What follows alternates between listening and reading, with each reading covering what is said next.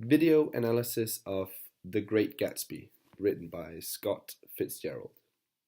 The Great Gatsby is about a man called Jay Gatsby and another man called Nick Carraway as the two main characters, whilst Nick is the narrator as well.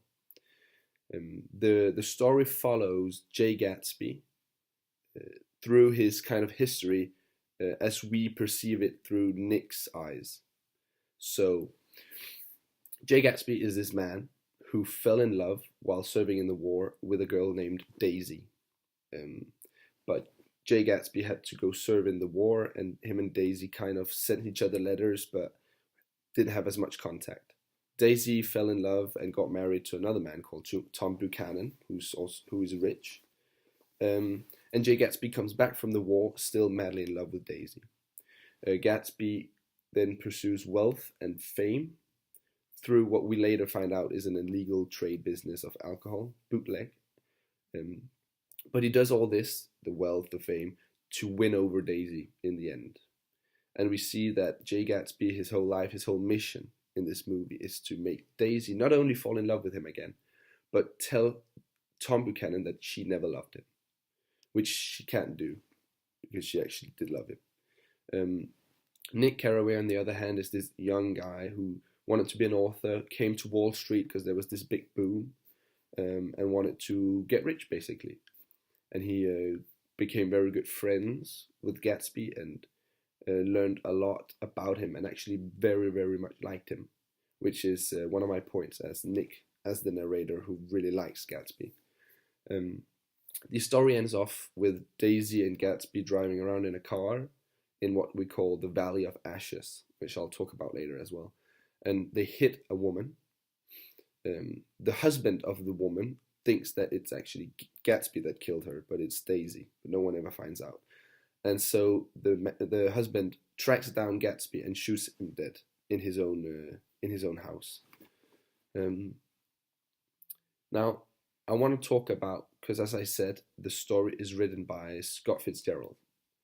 And Scott Fitzgerald, just like Ernest Hemingway, did what you call mirroring your, you don't really call it, but as I would say, mirror himself in the two characters, Gatsby and Nick. You see part of Scott in Nick and part of Scott in Gatsby. And it's super interesting that these two personalities that are basically stemming from the same man are facing and interacting with each other and what you get out of it. Which leads me to my first point, which is that if you want to take a look at these characters that are basically from Scott, we need to look at also the time, and that Scott Fitzgerald is part of what you call the Lost Generation. So, the Lost Generation and the Jazz Age, which is the age that the story takes place, we have two characters who I want to use to emphasize and tell this or analyze on, as you could say, that would describe what the Lost Generation and the Jazz Age, is about. So you have Jay Gatsby and Daisy Buchanan. So in this Jazz Age, everything was about wealth. All right. It refers to the loss, you could say, of innocence in the society after the First World War.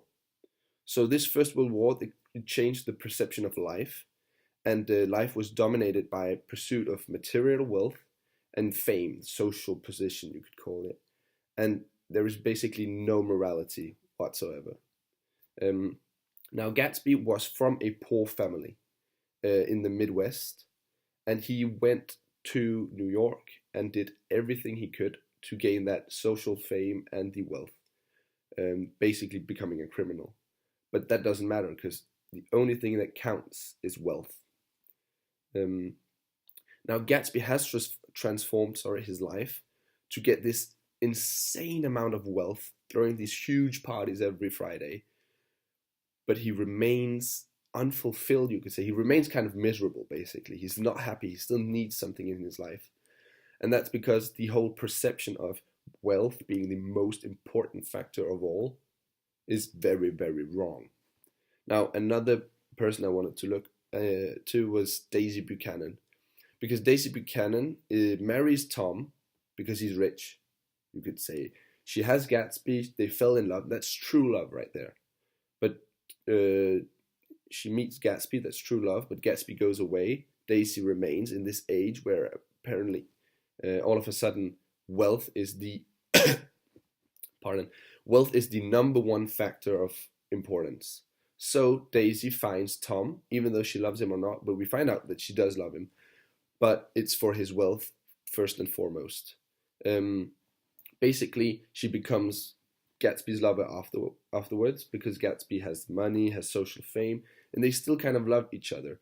But she's still cold, and she seems to care for nothing. Um, Daisy's voice, you could call the voice of money, basically, because her whole world, which she is pretty careless, is just about money makes everything good, money makes everything beautiful. Um, Daisy flirts with Gatsby and she enjoys his obsessionness, you could call it. Um, and she really fakes, I want to say that she fakes being in love with him again. Because although everything she says about loving him and he's the only one for her, she still hits the woman Myrtle with a car, killing her. But she lets Gatsby take the fall for it. And when he actually then gets shot and everyone thinks it's him, she hides behind Tom. And she lets Gatsby take the fall for everything, and she does not even show up for his own funeral. How can you say that you truly love someone if you're willing to make them take the fall for something horrible that you did, and secondly, you don't even want to show up for their funeral? Um, Basically, this whole wealth is the only thing that matters, and that morality and you could say warmth or to love each other and remember each other, basically just morality, is just so lost. It does not exist anymore. It's just money. That's the only priority, and then social fame. And that's very, very descriptive and could be you could say that's the definition of the society in the period called the Jazz Age. No morality, maximum money. As mentioned earlier, Nick Carraway is our narrator. And with that narrator, it's super important to establish, is he truthful and can we rely on what he's saying? Basically the two same things. And what does he know? What does he tell us? Who is this guy? And that Nick Carraway being the narrator, but also being in the film, the movie, the book, being a character basically in the story, is super important to then really take a close look at who is he and what does he really tell us. Um, the first quote I want to take from the book is the first lines ever in the story. You already probably know it. It's in my younger and more vulnerable years. My father gave me some advice that I've been turning over in my mind ever since.